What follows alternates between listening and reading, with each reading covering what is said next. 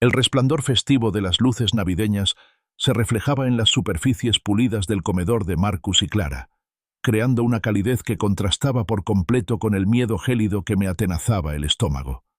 Villancicos sonaban suavemente desde altavoces invisibles, creando un alegre tapiz sonoro que solo servía para acentuar el repentino y estremecedor silencio en mi cabeza.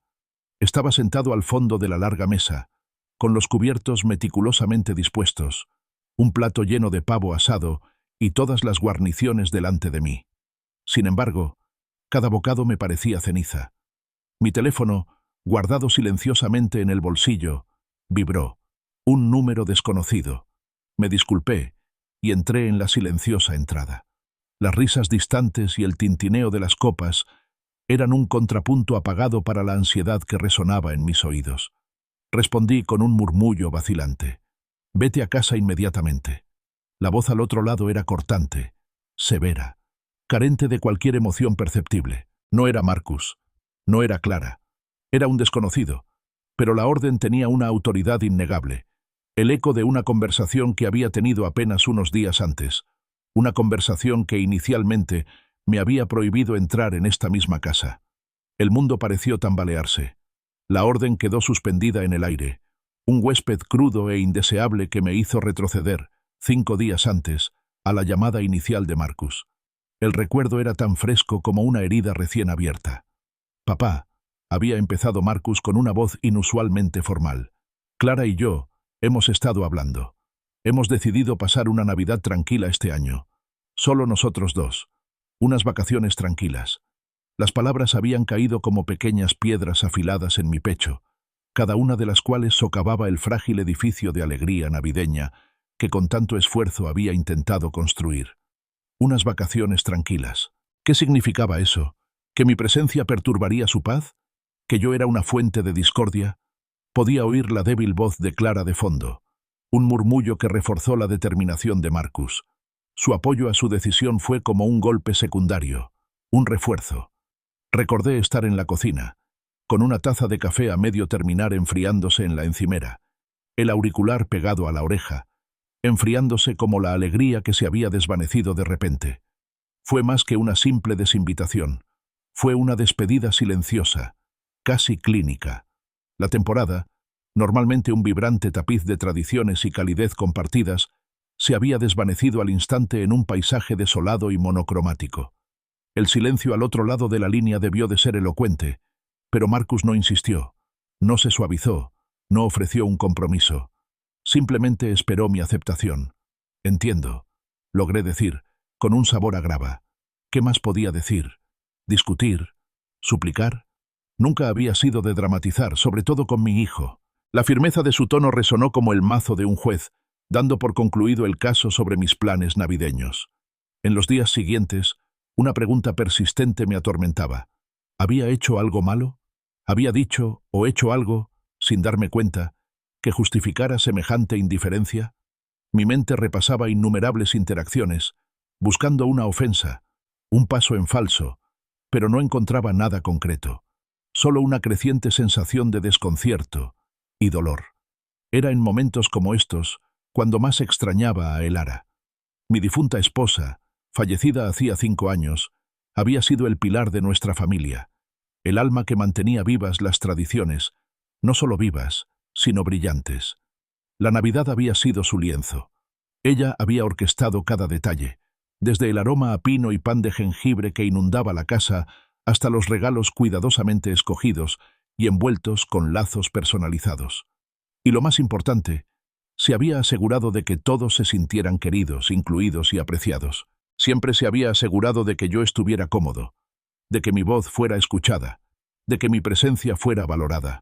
Su ausencia era un vacío enorme, especialmente durante las fiestas, cuando más se echaba de menos la calidez que irradiaba.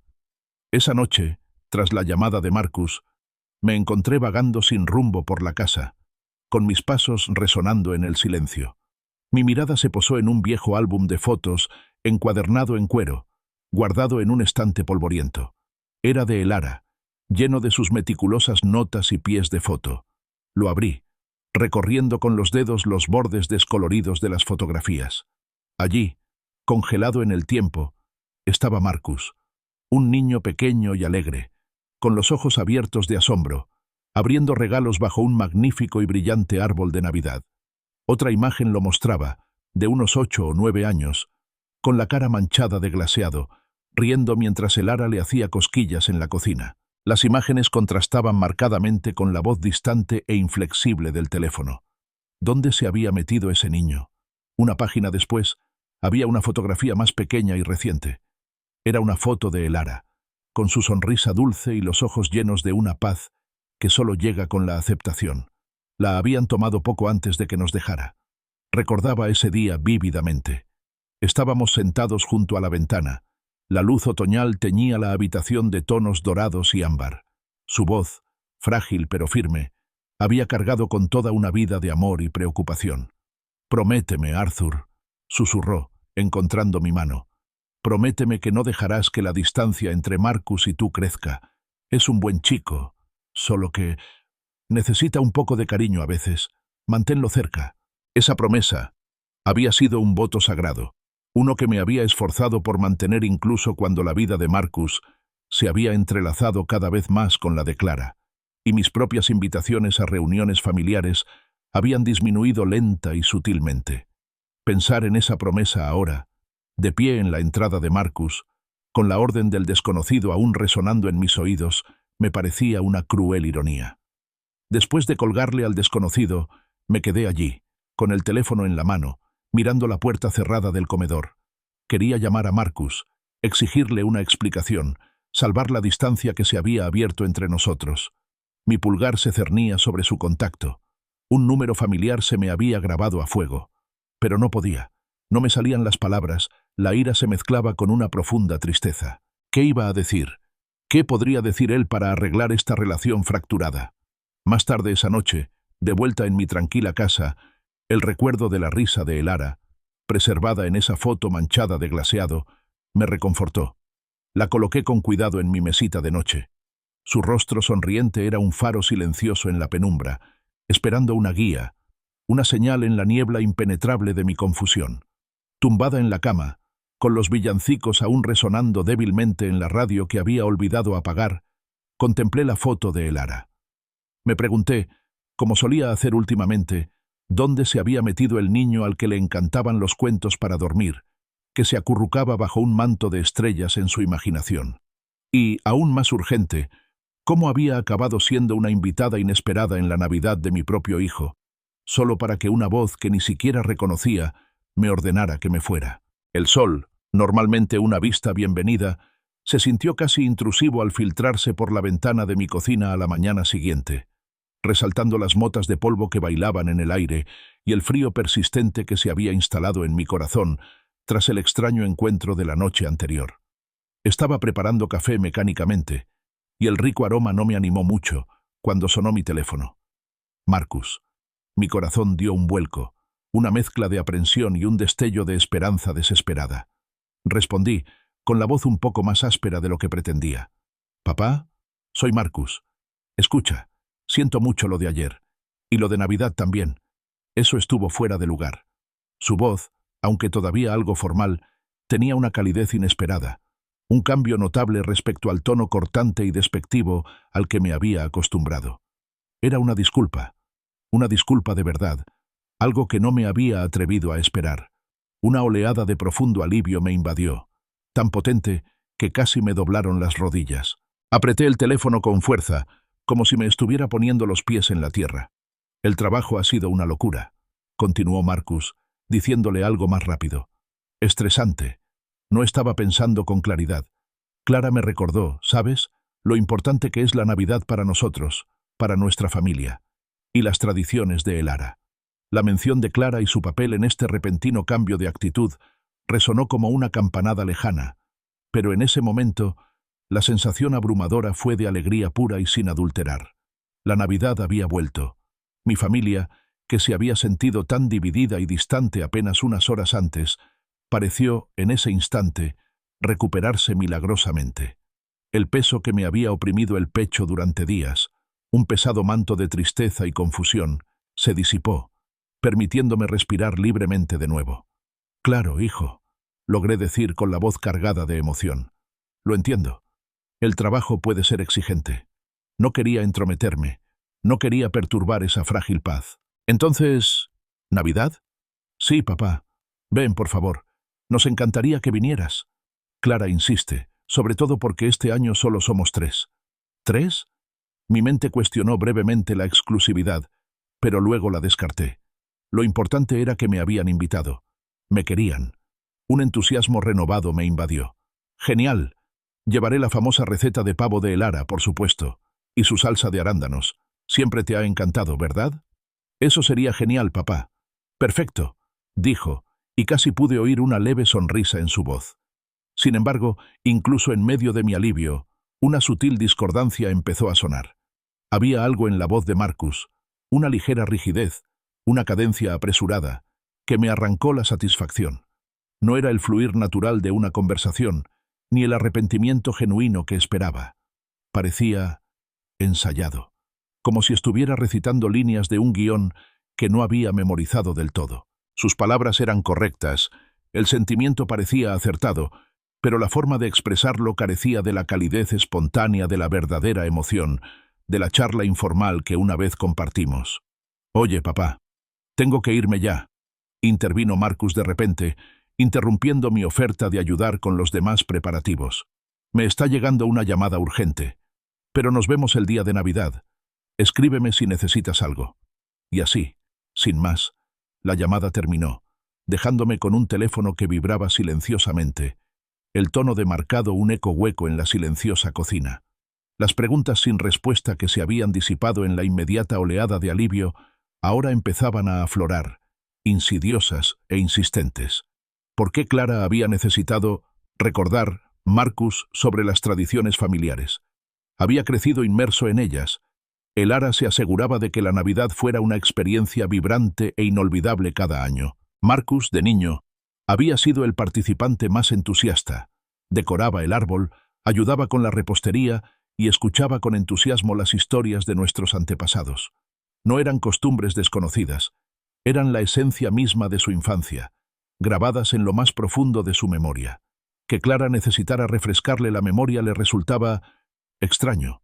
Sugería un desapego, un desinterés por parte de Marcus que resultaba profundamente inquietante. La calidez inicial de su disculpa comenzó a enfriarse, reemplazada por una creciente sospecha. Sus palabras, aunque aparentemente arrepentidas, ahora sonaban huecas, una obligación cumplida en lugar de una sincera expresión de remordimiento. La explicación del estrés laboral le pareció conveniente, un comodín para un comportamiento que de otro modo sería inexplicable. ¿De verdad se sentía mal o Clara simplemente lo había presionado para llamar? Negué con la cabeza, intentando apartar los pensamientos indeseados. «Le estás dando demasiadas vueltas, Arthur», murmuré para mí, y luego miré la foto de Elara en el mostrador, donde la había traído para que me acompañara durante el desayuno. Su amable sonrisa parecía aconsejarme paciencia. «Es tu hijo», se disculpó. «Eso es lo que importa. Céntrate en lo positivo. No dejes que la paranoia arruine esto». A pesar de mis intentos de tranquilizarme, la duda ya estaba sembrada. Pero no la dejaría crecer. No lo haría. Haría lo que Elara hubiera querido. Aprovecharía la oportunidad. Haría que esta Navidad fuera perfecta. Prepararía su famosa salsa de pavo y arándanos con todo el cariño y esmero, con la esperanza de que a través de los sabores familiares y las tradiciones más preciadas, pudiera reparar de alguna manera el sutil pero profundo vínculo roto entre mi hijo y yo. Era más que solo cocinar. Era un acto de fe, una desesperada esperanza de conectar. El 22 de diciembre amaneció con un cielo despejado y fresco, y me desperté con una energía renovada que no había sentido en semanas. La inquietud persistente por la breve llamada de Marcus quedó relegada a un segundo plano, reemplazada por una oleada de propósito. La Navidad había vuelto de verdad, y me proponía que fuera perfecta. Tarareando una versión ligeramente desafinada de Jingle Bells, saqué el viejo recetario de Elara y un bloc de notas nuevo, extendiéndolos sobre la mesa de la cocina. Mi pluma volaba sobre el papel, detallando meticulosamente cada plato del menú navideño. El pavo asado de Elara era, por supuesto, el plato principal, pero también estaban su famoso relleno de hierbas, el cremoso puré de papas, las zanahorias glaseadas y la salsa de arándanos, una combinación agridulce que a Marcus siempre le había encantado. Revisé cada plato, imaginando la mesa repleta de comida, la cálida luz de las velas y los rostros familiares de mi hijo y sus hijos. Era más que una simple comida, era una recuperación de lo que sentía perdido. Mi primera parada fue la carnicería Henderson, un lugar que frecuentaba desde hacía décadas, mucho antes de que los grandes supermercados desplazaran a los comercios locales. El señor Henderson, un hombre de rostro curtido y amable como una manzana de invierno, me saludó con un gesto. «Arthur, me alegra verte. ¿Tienes grandes planes para Navidad?» «En efecto, Gerald», respondí, con una sonrisa sincera dibujándose en mi rostro. «Este año es una reunión familiar muy especial. Necesito el mejor pavo de tu vida, uno tan grande que hasta el ara lo recuerde». Señalé un magnífico pavo de 10 kilos, que brillaba bajo las luces de la tienda. «Ese, y asegúrate de que esté perfecto». Después, me aventuré a The Toy Box, una pequeña tienda independiente en el centro que aún ofrecía juguetes clásicos y de buena calidad. Quería regalos que conectaran de verdad, no solo artículos de plástico desechables. Para Leo, el hijo de Marcus, encontré un kit de maqueta de avión Cessna Vintage. Me transportó al instante a la infancia de Marcus, a las horas que pasábamos encorvados sobre pegamento y pequeñas piezas de plástico, construyendo maquetas que inevitablemente se estrellaban en el patio. No era solo un juguete, era un trozo de la historia de su padre, un sutil puente entre generaciones. Para Mía, la hija de Marcus, una artista en ciernes, descubrí un hermoso set de arte. No se trataba solo de pinturas o crayones, era una colección cuidadosamente seleccionada de lápices de colores de calidad profesional, dispuestos en una deslumbrante gama de tonos arcoíris, acompañados de papel de alta calidad. Imaginé su deleite, sus pequeñas manos explorando las vibrantes posibilidades, creando mundos que solo ella podía ver. No eran simples regalos, eran muestras de amor, cuidadosamente elegidas para reflejar sus espíritus individuales y, con suerte, para crear recuerdos imborrables. Esa noche, al caer el crepúsculo, tiñendo el cielo de tonos lavanda y rosa, me abrigué bien y me dirigí a mi jardín de invierno. A pesar del frío, algunas hierbas resistentes aún prosperaban bajo sus campanas protectoras. Coseché con cuidado romero fresco, tomillo y salvia. Sus fragantes hojas desprendían un aroma terroso en el aire fresco. Estos eran esenciales para el adobo secreto de el ara, una receta que había perfeccionado durante años, asegurando que el pavo estuviera siempre jugoso, con un sabor intenso y profundo. De vuelta al calor de la cocina, rodeada del aroma, dispuse las hierbas. Tomé la foto de el ara, que coloqué con reverencia en la encimera junto a mí. «Deséame suerte, mi amor», susurré, mi voz un suave murmullo en la silenciosa habitación. «Esto tiene que ser perfecto. Espero recordar cada paso correctamente». Sus ojos sonrientes, atrapados para siempre en esa foto, parecieron animarme. Comencé el meticuloso proceso, machacando el ajo, picando finamente las hierbas, mezclándolas con ralladura de cítricos, aceite de oliva y un toque de especia secreta. Mientras masajeaba el adobo aromático sobre el pavo, mis manos penetrando la mezcla profundamente en la piel y la carne, parecía menos como cocinar y más como un ritual ancestral. Un ritual de reconciliación, de esperanza, de un anhelo casi desesperado de reconectar. Cada caricia estaba imbuida de mi deseo de salvar la distancia que se había abierto entre Marcus y yo, de restaurar la calidez y la cercanía que una vez compartimos. Llegó la Nochebuena, un día típicamente lleno de alegre anticipación. Me encargué de envolver los regalos con precisión militar, cada regalo un paquete impecable y crujiente. El aroma del pavo de el ara, ya en salmuera en el refrigerador, perfumaba sutilmente el aire. Sin embargo, a pesar de los preparativos festivos, una sutil inquietud comenzó a apoderarse de mí. Marcus no había llamado, ni para confirmar nuestra hora de llegada, ni para preguntar por el pavo, ni siquiera para ver cómo estábamos. No era propio de él, o al menos, del Marcus que yo recordaba, el que siempre se encargaba de la logística. El silencio era un leve zumbido de preocupación bajo la superficie de mi decidida alegría. Mientras sacaba la basura para reciclar, Mi vecino, Gerald Davis, hacía lo mismo. Gerald, un hombre de observación silenciosa y sabiduría aún más silenciosa, hizo una pausa. «Arthur», dijo con voz suave, «¿listo para mañana? Supongo que será una gran Navidad familiar». Sonreí, quizás demasiado alegremente. «Sí, Gerald. Marcus, Clara y los nietos. Será maravilloso». Gerald simplemente asintió. Su mirada se detuvo en mí un instante más de lo necesario. Sus ojos, que solían brillar con camaradería vecinal, reflejaban una preocupación más profunda y tácita. La presentí, la sentí, una sutil corriente de algo no dicho que pasaba entre nosotros. No me ofreció ningún consejo, no hizo preguntas inquisitivas, pero la serena intensidad de su mirada fue suficiente. Era como si supiera algo, o sospechara algo, que yo intentaba desesperadamente ignorar. La inquietud, antes un mero susurro, se hizo más fuerte. Amaneció la mañana de Navidad, fresca y brillante, tiñendo el paisaje invernal de tonos plateados y dorados. El aire, quieto y frío, traía consigo el tenue aroma a humo de leña de una chimenea lejana. Me vestí con la solemnidad típica de las ocasiones de gala, eligiendo mi mejor suéter de lana y una camisa recién planchada.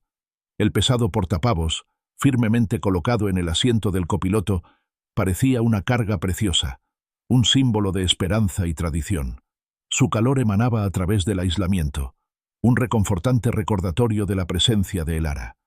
Mientras conducía, el sol, bajo en el cielo, brillaba sobre los árboles escarchados.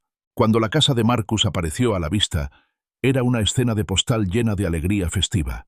Cada ventana brillaba con luces cálidas, y hileras de bombillas de colores iluminaban los aleros y setos, centelleando alegremente. Una corona, adornada con bayas carmesí y piñas, colgaba de la puerta principal. Por un instante, la inquietud de los últimos días se evaporó, reemplazada por una oleada de alegría pura y sencilla. Era la Navidad. Clara abrió la puerta, con una sonrisa radiante, enmarcada por un festivo suéter rojo. «Arthur, pasa, pasa. ¡Feliz Navidad!». Su calidez era genuina, sus ojos brillaban con alegría navideña. Me quitó sin esfuerzo la pesada cesta para pavos, con una fuerza sorprendente. «Oh, huele de maravilla. Muchas gracias por traer esto». La casa me envolvió en un reconfortante abrazo de canela, pino y deliciosos tostados. El tenue sonido de villancicos flotaba desde la sala. Antes de que pudiera entrar, Leo y Mía aparecieron, un torbellino de energía juvenil. «Abuelo, ya estás aquí. ¿Trajiste regalos?», preguntó Leo con los ojos abiertos de emoción, mientras Mía, un poco más tímida, se asomaba por detrás de su hermano, agarrando una muñeca. Sus alegres voces, llenas de puro espíritu navideño, fueron como un bálsamo para mi alma. De la cocina, los padres de Clara, Richard y Helen, salieron con el rostro radiante. «¡Arthur! ¡Qué pavo tan magnífico!», exclamó Helen con los ojos brillantes. Richard, un hombre jovial de risa cordial, me dio una palmada en el hombro. «Huele increíble, viejo. Nunca pierdes tu toque». Sus elogios, viniendo de personas que claramente apreciaban la buena comida, me llenaron de una silenciosa satisfacción. Fue agradable sentir que se reconocía mi contribución, que se valoraba mi trabajo. Finalmente, apareció Marcus, entrando en la entrada desde la sala. Su sonrisa era amplia y acogedora, pero algo en sus ojos no encajaba del todo. Había en ellos un destello tenue, casi imperceptible, de algo que no pude descifrar, una cualidad distante, tal vez, o un toque de cansancio. Se acercó a mí, con movimientos demasiado precisos, demasiado controlados. «Papá, gracias por venir, y por el pavo». Extendió la mano, y nuestro apretón fue firme, pero fugaz. Todos en el comedor. Ya casi estamos listos.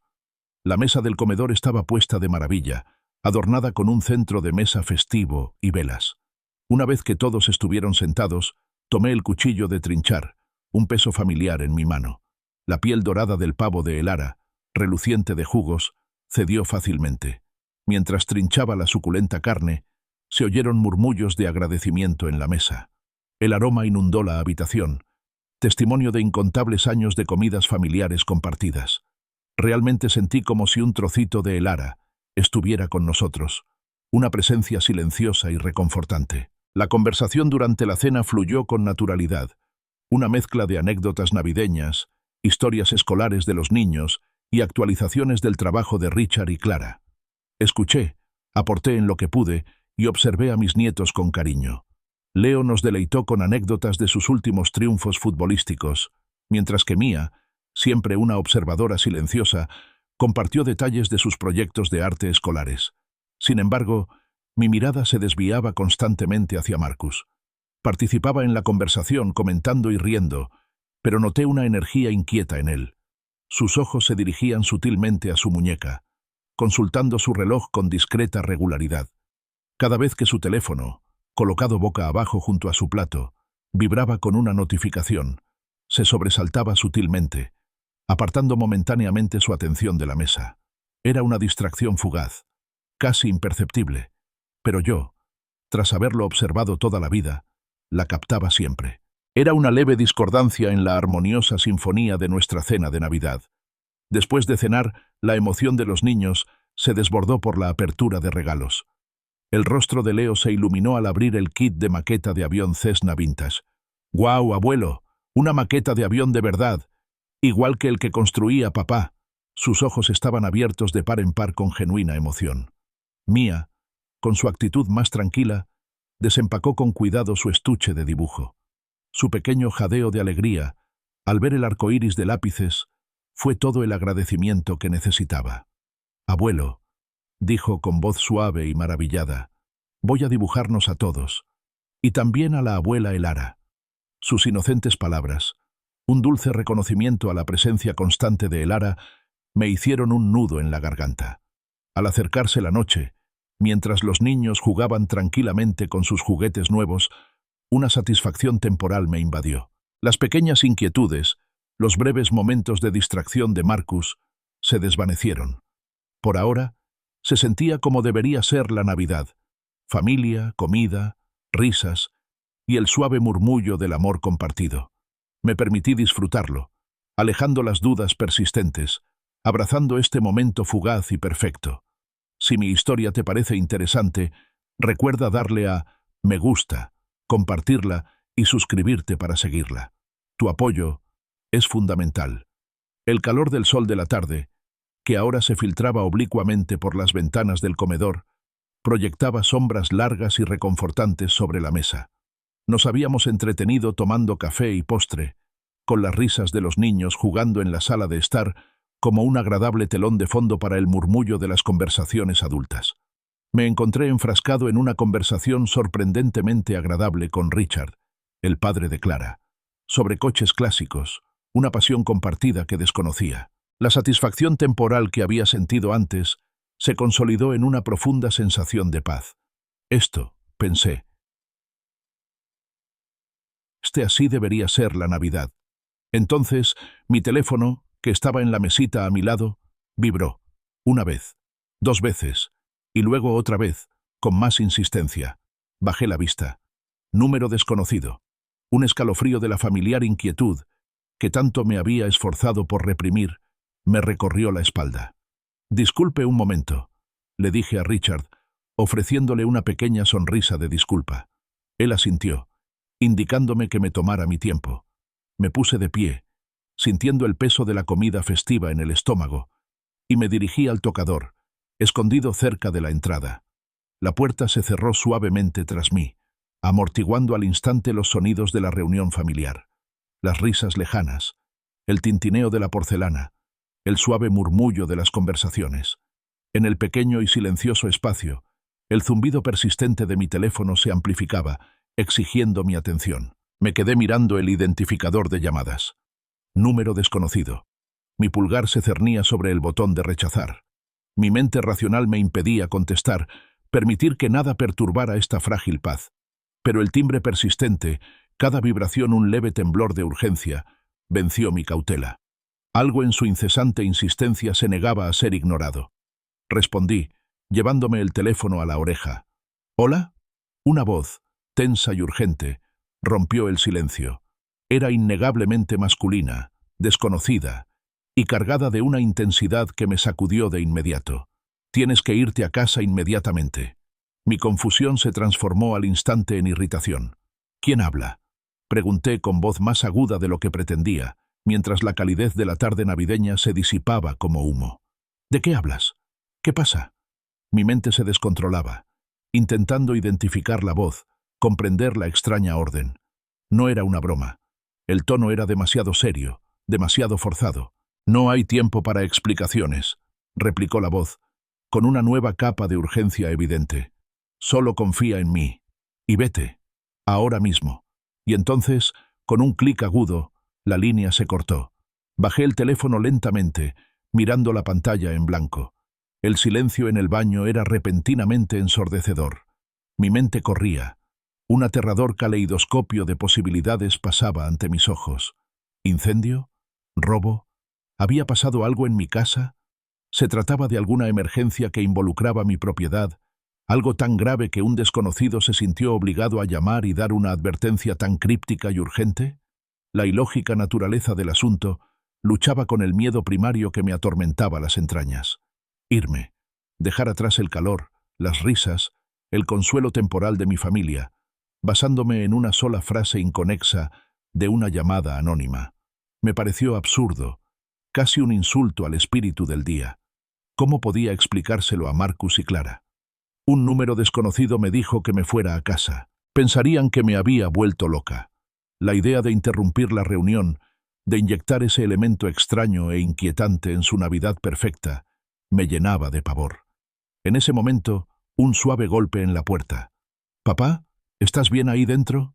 Era Marcus, con una leve preocupación en la voz. El sonido de su voz, la mundana realidad de su pregunta, me sacó del abismo de la especulación. «Sí, hijo. Un momento», grité, intentando inyectar en mi tono una normalidad que no sentía.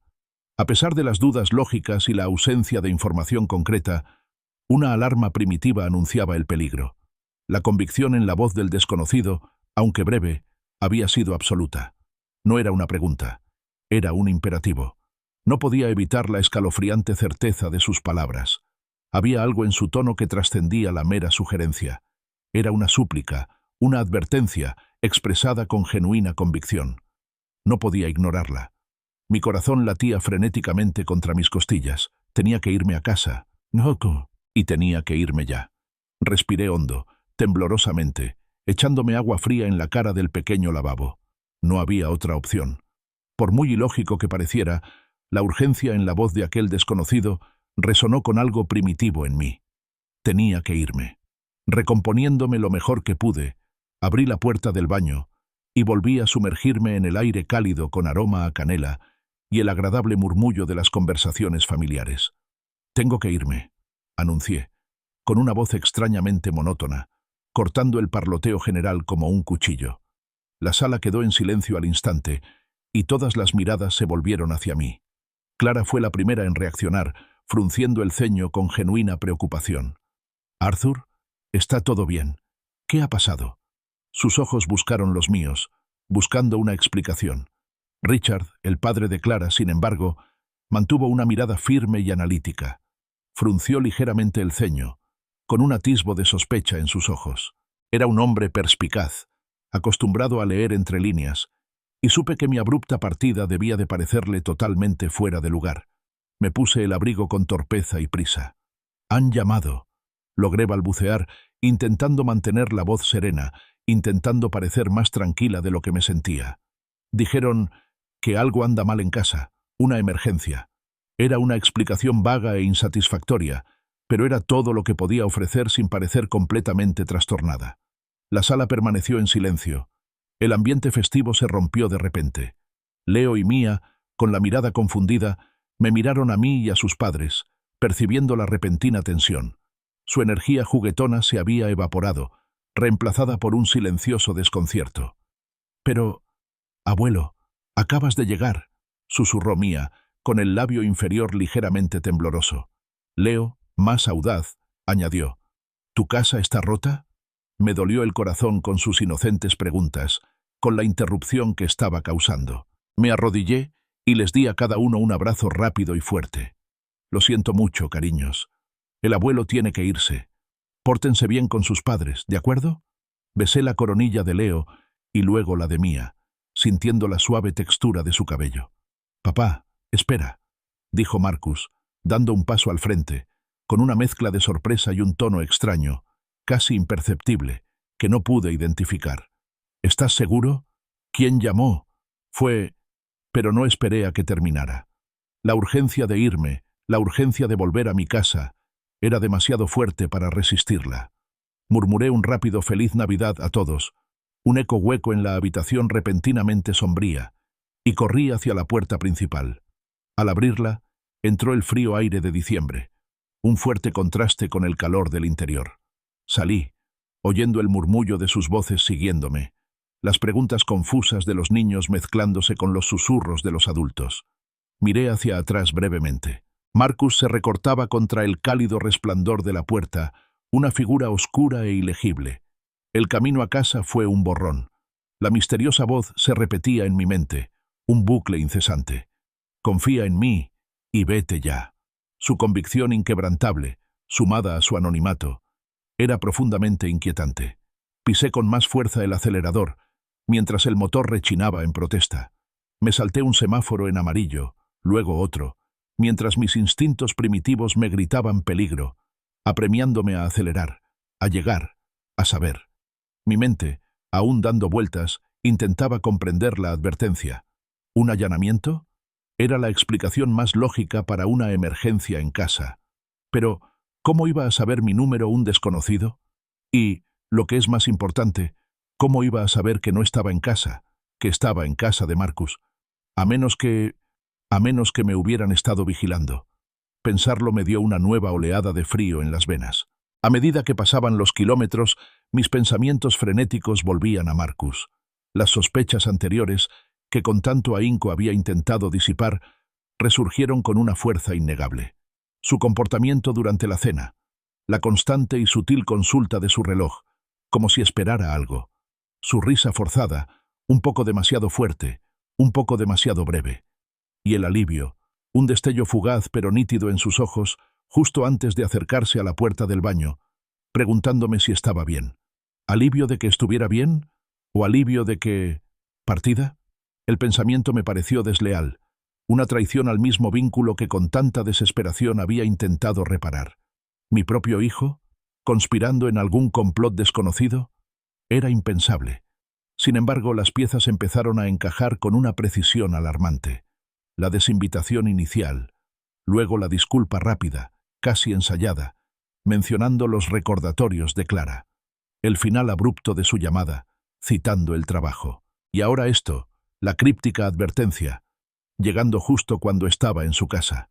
Cada kilómetro que pasaba, cada destello de una farola, reforzaba el nudo de sospecha que se apretaba en mis entrañas.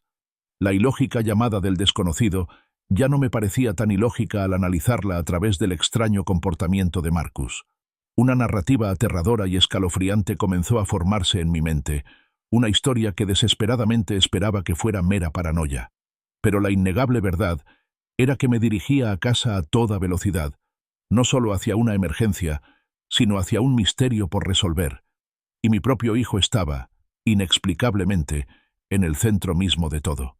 Las calles familiares de mi barrio estaban inquietantemente silenciosas al doblar la esquina. Era Navidad, y ni un alma se movía afuera, ni un coche pasaba. Las casas, casi todas oscuras con familias durmiendo o en otro lugar, parecían acurrucarse en el frío, y su silencio amplificaba el frenético latido de mi corazón. Condiciones perfectas, pensé con una opresión en el pecho, condiciones perfectas para un crimen.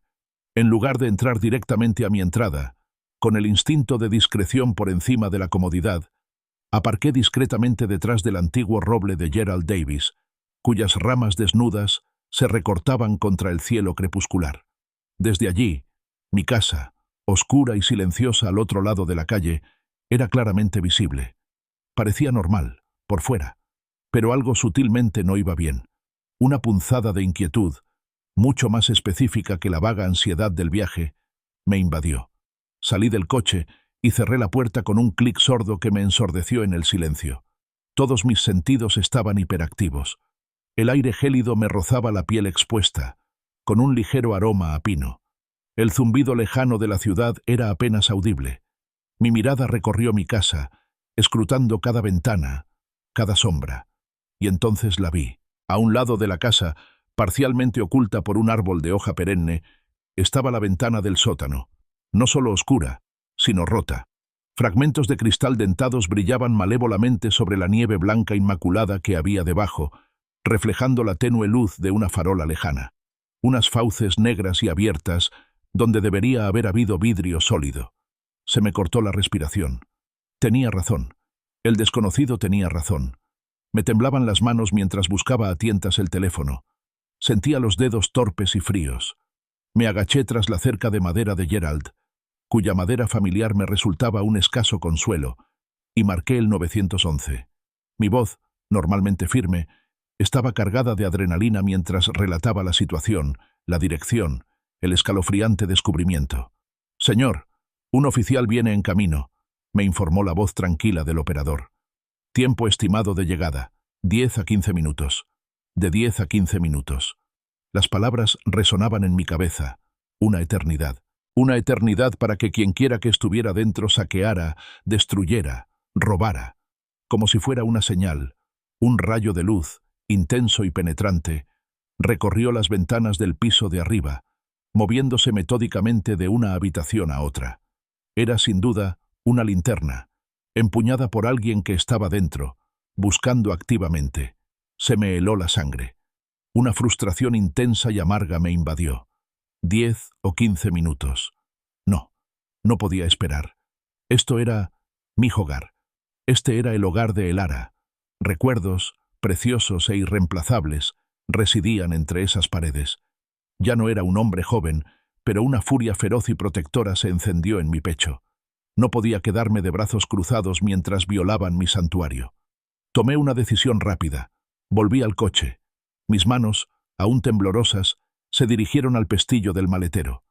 Dentro, entre cables de arranque y repuestos, estaba mi llave de cruz, pesada, sólida, un instrumento contundente de último recurso. La agarré, sintiendo el metal frío y duro contra la palma, un alivio sorprendente.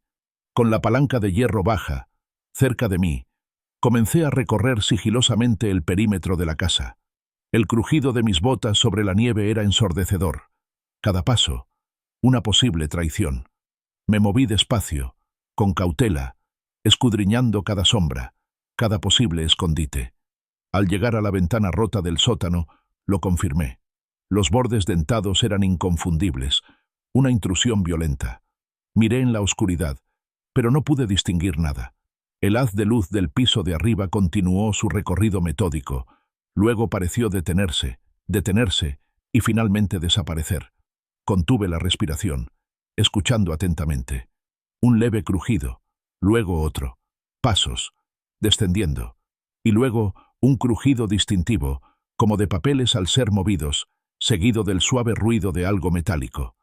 El intruso se dirigía al sótano, mi dominio privado.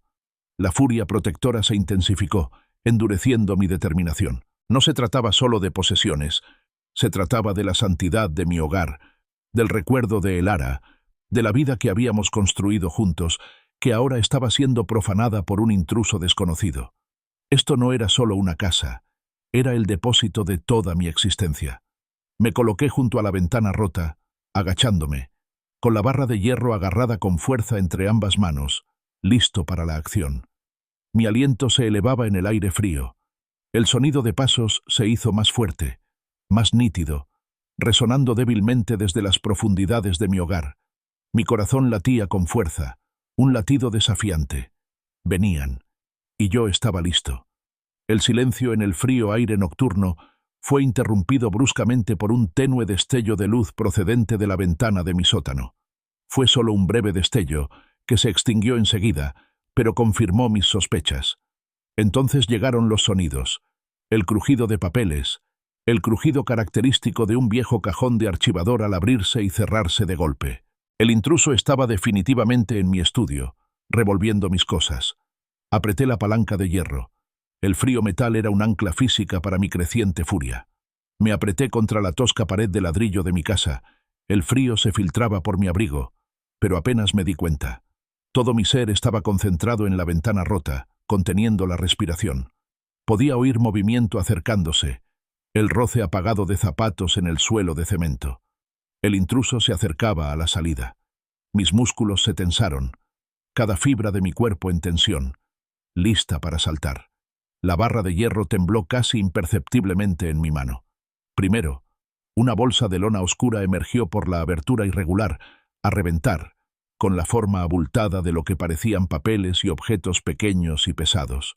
Luego, una pierna, vestida con pantalones oscuros y una bota pesada, la siguió, buscando apoyo en el suelo. Contuve la respiración, esperando a que emergiera la figura completa, mientras mi mente imaginaba a un criminal empedernido, una amenaza sin rostro. Se coló por la ventana, gruñendo suavemente al superar el último obstáculo. Mientras se erguía, sacudiéndose el polvo y los cristales de la ropa, la tenue luz de la farola lejana le iluminó el rostro. Se me heló la sangre, y luego me hirvió con una mezcla repugnante de conmoción y traición. No era un desconocido. No era un criminal empedernido. Era Brendan Jones, el amigo de Marcus. Un hombre al que conocía desde la adolescencia, un invitado frecuente a nuestras cenas familiares, un destinatario de la bondad de Elara. El mundo pareció inclinarse sobre su eje. «¡Brendan!». Mi voz, aguda y áspera por la incredulidad, atravesó la silenciosa noche. Brendan se quedó paralizado, rígido, con la cabeza fulminada hacia mí. Sus ojos, abiertos de par en par por el terror, encontraron los míos en la penumbra. La bolsa de lona oscura se le resbaló de las manos, cayendo con un golpe sordo al suelo nevado, derramando algunos papeles. Parecía un ciervo deslumbrado por los faros de un coche, completamente destrozado. «Señor Arthur», jadeó, palideciendo aún más. Un verde enfermizo reemplazó su color natural. Retrocedió un paso tambaleándose, levantando las manos involuntariamente, como en señal de rendición. «¿Puedo explicarlo?» «¿Explicar qué, Brendan?», pregunté, sintiendo la palanca de hierro de repente pesada y absurda en mi mano. «¿Explicar por qué entras en mi casa el día de Navidad?». Sus hombros se hundieron y empezó a temblar, no de frío, sino de puro terror. «Marcus», dijo con voz ahogada, un susurro ronco. Marcus sabía que estarías cenando durante horas. Él planeó toda esta reunión navideña. Me dijo que viniera. Las palabras me impactaron como un puñetazo. La palanca de hierro, que momentos antes me había parecido tan pesada, ahora parecía una pluma. Se me resbaló de los dedos entumecidos, resonando en la nieve. Mi hijo, mi propio hijo había orquestado todo esto. Las vacaciones tranquilas, el estrés laboral, los recordatorios de Clara. Todo era una mentira meticulosamente urdida, diseñada para sacarme de casa y darle a Brendan la oportunidad que necesitaba. «Me dijo que consiguiera el testamento de Elara», continuó Brendan, con la voz apenas audible y las lágrimas corriendo por su rostro, «y sus certificados de acciones de Boeing. Dijo que estaban en tu estudio, en la vieja caja fuerte detrás del cuadro». Señaló vagamente la ventana rota, hacia mi estudio. Un dolor frío y profundo se instaló en mi pecho, peor que cualquier dolor físico. Mi hijo, mi propia sangre, intentaba robarme el recuerdo de su madre. «¿Por qué, Brendan?», pregunté con la voz apenas un susurro, ronca por la profunda desesperación. «¿Por qué haría esto?». La voz de Brendan estaba cargada de vergüenza y miedo. «Deudas de juego, señor Arthur. Póker en línea. Está en serios problemas. Casi 200.000. Dijo que necesitaba el dinero de la familia para pagarlas. Dijo que usted no lo entendería. Dijo que era la única solución. 200.000. Deudas de juego». Las palabras resonaron en la fría noche, cada una como una nueva puñalada en mi corazón. «Mi hijo». Bien, hijo, atrapado en una red que él mismo tejió, recurriendo a un acto tan desesperado y atroz. A lo lejos, el aullido de las sirenas de la policía se hacía más fuerte, más cercano, rompiendo el silencio de la noche. Sus luces, un remolino rojo y azul, comenzaban a teñir los árboles de fugaces y siniestros tonos. Justo entonces, Gerald Davis apareció de detrás de su roble, con una expresión de severa determinación en el rostro. Sostenía su propio teléfono, con una leve mueca de preocupación. «Arthur, ¿estás bien? Vi una linterna en tu casa, así que llamé. Y luego te llamé por si acaso». Había sido la persona que llamó anónimamente. Mi vecino, observando mi casa, viendo la anomalía, actuando por instinto. Me había salvado, o al menos, había salvado los documentos vitales que mi hijo había intentado robar. Y entonces, mi teléfono, que estaba en el bolsillo de mi abrigo, empezó a sonar de nuevo. Marcus. Lo saqué, con la mirada fija en Brendan, en los papeles derramados, en la aplastante realidad de la traición de mi hijo. Con mano entumecida y resuelta, puse el altavoz, extendiéndolo para que Brendan y Gerald lo oyeran. El aullido de la sirena ahora llegaba a nuestra calle, cada vez más fuerte. Las patrullas se detuvieron. Sus luces rojas y azules iluminaron la tranquila calle en una sinfonía urgente y silenciosa. Los agentes aparecieron, eficientes y profesionales, evaluando rápidamente la escena. Brendan, completamente destrozado, no ofreció resistencia mientras lo esposaban, con las pruebas de los documentos robados esparcidas a su alrededor. Gerald, mi vigilante vecino, estaba a mi lado, confirmando su llamada anónima y corroborando mi historia. Mi teléfono, aún con el altavoz encendido, crepitaba con la voz de Marcus, cada vez más agitada. «¿Papá? ¿Qué pasa? ¿Quiénes son esas personas?» Miré el caos a mi alrededor, la cabeza gacha de Brendan, la ventana rota y deslumbrante, y luego volví a mi teléfono. Mi voz, sorprendentemente firme, parecía la de otra persona. «Marcus», dije, con una calma que desmentía la tormenta que rugía en mi interior. «Todo se aclarará muy pronto. No te preocupes. Lo entenderás». Terminé la llamada. El silencio que siguió fue más discordante que las sirenas. Mientras la policía tomaba declaración y aseguraba la escena, recogí cuidadosamente el testamento de Elara y los certificados de acciones de Boeing del suelo, limpiando restos de nieve y vidrio. Los membretes oficiales, la distintiva caligrafía de Elara, eran fragmentos de ella, fragmentos de nuestra vida, que Marcus había intentado borrar para sus propios fines desesperados. Aferrándome a ellos, regresé a su casa. El peso familiar en mi mano era un sombrío recordatorio de la verdad que ahora cargaba sobre mis hombros. Las luces festivas aún centelleaban en la casa de Marcus, una cruel burla de la calidez que una vez prometieron. Entré y me encontré con una escena de preocupada vida doméstica. Clara, Richard y Helen estaban reunidos en la sala, con el rostro desdibujado por la preocupación. Los niños, quizá percibiendo el cambio de humor, estaban inusualmente callados, acurrucados junto a su madre. Marcus, al verme, pareció aliviado al principio. «Papá, ¿qué ha pasado? ¿Estás bien?» Pero su expresión cambió rápidamente al ver mi rostro, severo, decidido, sin rastro de alegría navideña, y luego los documentos que sostenía. Su alivio se transformó en una palidez alarmante, y sus ojos se abrieron de par en par al comprender. Caminé directamente hacia la mesa de centro, el centro de nuestra anterior celebración ilusoria. Con una lentitud deliberada, casi ceremonial, dejé el testamento de Elara y los certificados de acciones. Se desplegaron, austeros e incriminatorios, contra la madera pulida.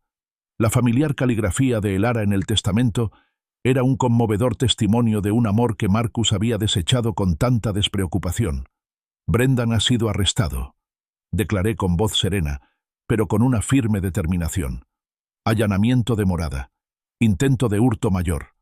Hice una pausa, dejando que las palabras se asimilaran, viendo cómo el rostro de Clara palidecía y la sorpresa se reflejaba en los ojos de Richard y Helen. Lo confesó todo. Le dijo a la policía, y a mí, que tú lo orquestaste, Marcus, que planeaste esta reunión navideña como coartada. Clara dejó escapar un grito ahogado. Richard se levantó del sillón con expresión deslumbrante. Helen se tapó la boca con una mano temblorosa.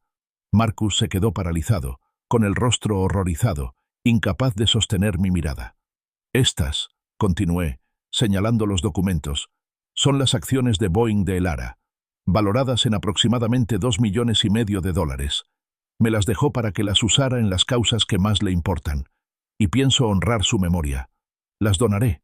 Cada centavo irá a organizaciones benéficas para veteranos y fundaciones educativas, organizaciones en las que ella creía, causas que marcarían la diferencia, en lugar de financiar malas decisiones.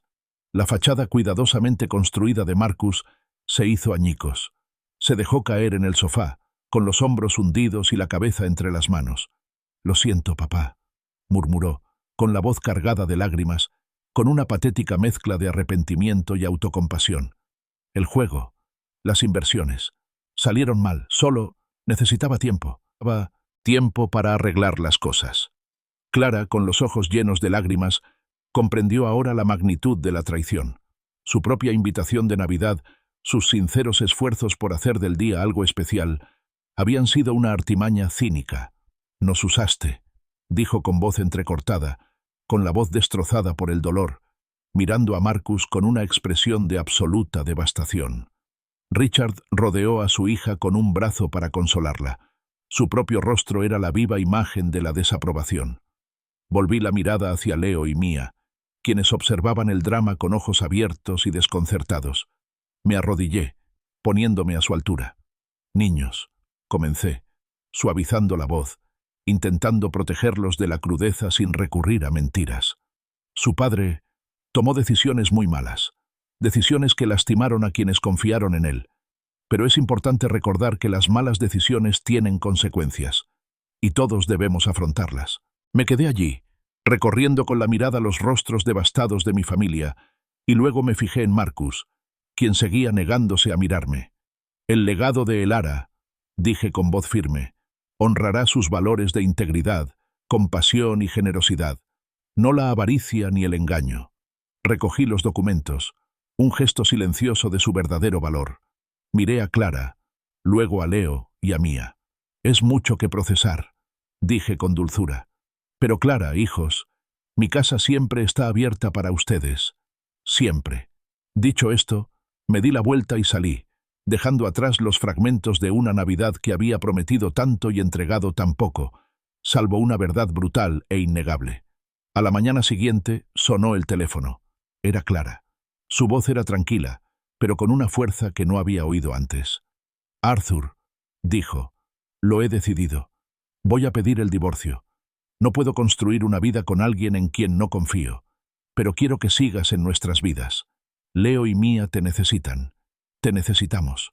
Hizo una pausa y añadió, «Queremos construir nuevas tradiciones, honestas, contigo». Una profunda sensación de paz, ganada con esfuerzo y profundamente sentida, finalmente me invadió.